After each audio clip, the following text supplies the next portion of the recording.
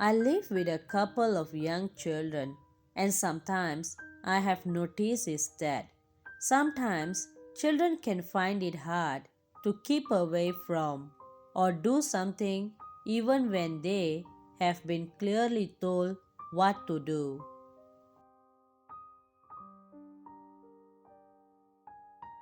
For example, you could tell them to stay off a jar of cookies because you do not want them eating too much sugar.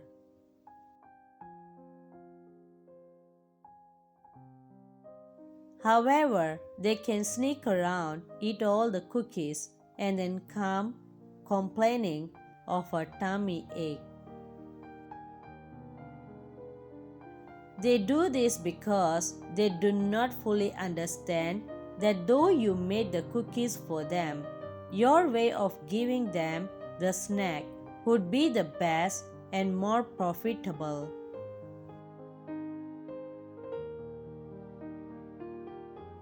Most of us are thinking about times when we have had to deal with children and the bundle of wonder plus responsibility they can be, especially if you are a parent. I want you to pause for a moment and let us bring this down to our relationship with God the Father. Just like children can get impatient about what exactly we have planned out for them and just want to get to the end of the situation immediately. This is how many of us behave with our God. We get His word, a promise or something, but it does not feel like it is worth waiting for or working towards anymore sometimes. Then we abandon His instructions and try doing it ourselves. The importance of staying in line with what God wants for you per time cannot be overemphasized. And to stay in line with this, you must know that God's plan is best, blessed, and definitely better than your plans for yourself. But to arrive at it, you must trust Him to be able to get you there.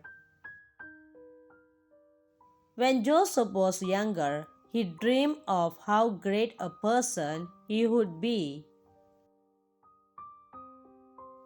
Hence, he thought the best way to arrive at this was to tell it to his brothers and family. He probably felt they would give him the chance to lead them and crown him king of the home. But fortunately, things did not take that turn. As the best Joseph would have attained was a home king. Meanwhile, God had destined him to be a ruler over nations. In trying to get rid of him, his brothers sold him off as a slave. He ended up in Egypt and lived as a slave and prisoner for a long time. But God never forgot him, and when it was just the right time, he became a great ruler in Egypt, second only to Pharaoh. Unlike Joseph, most of us may never have a great disruption that forces us to let go of planning the future.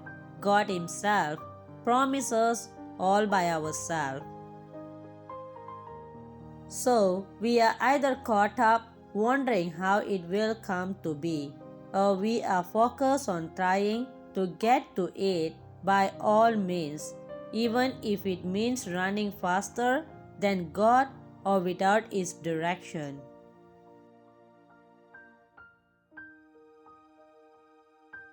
If there is one I know about God, it is that He never shows us everything about how we will come into the glorious future He has planned for us. He only shows us enough to get us started with Him, and as we continue in Him, it gets clearer and clearer.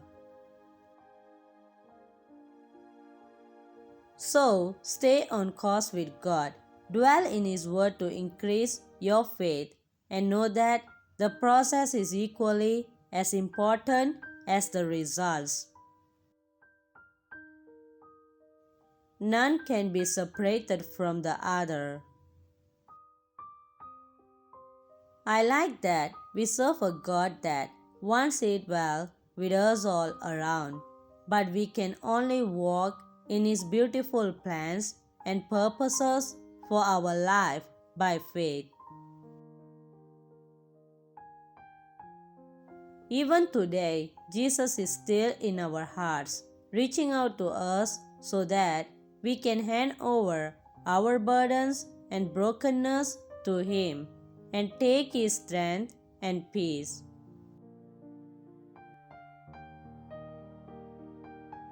How beautiful it is to do life, knowing that you are not alone. God is with you, in and for you. And when you trust Him, you have the best side of life.